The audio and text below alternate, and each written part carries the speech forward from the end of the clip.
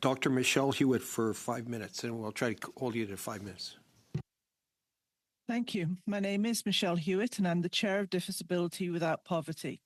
As the Chair of DWP, I want you to know that research from UBC will tell you that 75% of the people living in Vancouver's downtown east side have mental illness. These people don't want MAID. They want supports to live their lives in dignity and to be able to thrive. But today I want to tell you about my husband, Victor Enns, who used MAID to die on December the 9th, 2025. Victor did not want to die. Victor was a poet and a writer, and along with listening to music, he enjoyed life. He had a wicked sense of humor, and he cared for everything that was going on in the world, and he had a deep love for his family. Victor was diagnosed with chronic depression in his 20s, and he was 70 when he died. Around 30 years ago, he got good support from psychiatrists and found a cocktail of drugs that managed his depression well. If MAID for mental illness has existed earlier, Victor might have accessed it during a prior depressive episode. Instead, with more time and good care, his depression was under control. The most disabling part of Victor's life was chronic pain from severe osteoarthritis, but he had good control with an opioid. In 2022, he lost his family doctor. This precipitated a series of events that led to him losing access to that opioid, being prescribed too much of something else, which led to respiratory depression, hypoxia, and a week in a medical coma. After that, he was prescribed Suboxone. Victor wanted his original opioid back as it worked better, but ironically, he was told he couldn't have it in case he had another respiratory depression and died. Early in 2025, Victor requested psychological testing as he felt something wasn't right. The testing said that he had some cognitive changes, but there was no way of knowing how much the drugs that he took for his pain control or the events surrounding his week in a coma played into this. He was diagnosed with early dementia. Victor then started to comment that he thought MAID would be in his future. The possibility of dementia scared him. He was also rapidly reaching the limit that he would be prescribed Suboxone. In May 2025, Victor submitted the paperwork, still thinking of it as something for the future.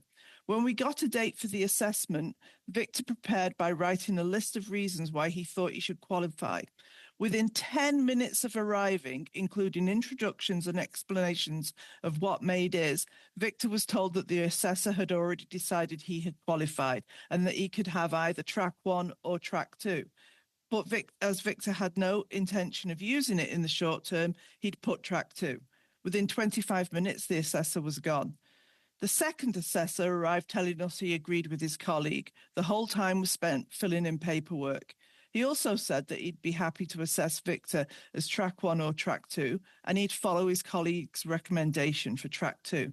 He left after 30 minutes, telling us when his holidays were so that Victor could plan his death around them. Victor was no more likely to die in the foreseeable future than I am from my MS. There was never any attempt, as designated in the legislation, to try and see if other options would help him. They never saw us again until his life ended through MAID. From that time onwards, Victor's mental illness worsened as his paranoia increased, his pain increased, and he reached the limit of the Suboxone. The sum total, with no support, no pain control, he chose MAID. Do not believe that MAID provides choice and dignity in death. We were told that we could only have Victor die before the provider started his working day or at the end of it. So we chose 4 p.m. only because it was easier than 8 a.m. We had said that Victor could only spend a small time lying on a bed because it caused him so much pain. He'd not slept in a bed for 2 years. That was ignored as he was told to get on the bed far too early.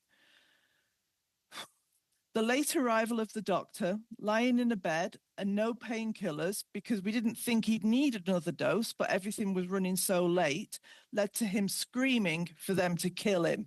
The IV was poorly placed, meaning they had to switch arms, and I could not be at his side as he died. We were shouting at each other across the room to say goodbye. I don't think Victor's experience is an outlier. The current MAID program is severely broken and it doesn't do what you think it does. Victor was not in control. The only thing he is dead, and he didn't want to die.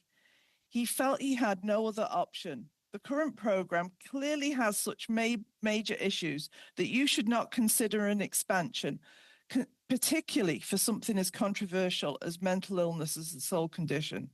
Track 1 needs some careful attention, and track 2 needs shutting down. I've come here today to share the most painful aspects of my husband's death, which is not easy to do. So please ask me questions. Thank you. Thank you, Dr.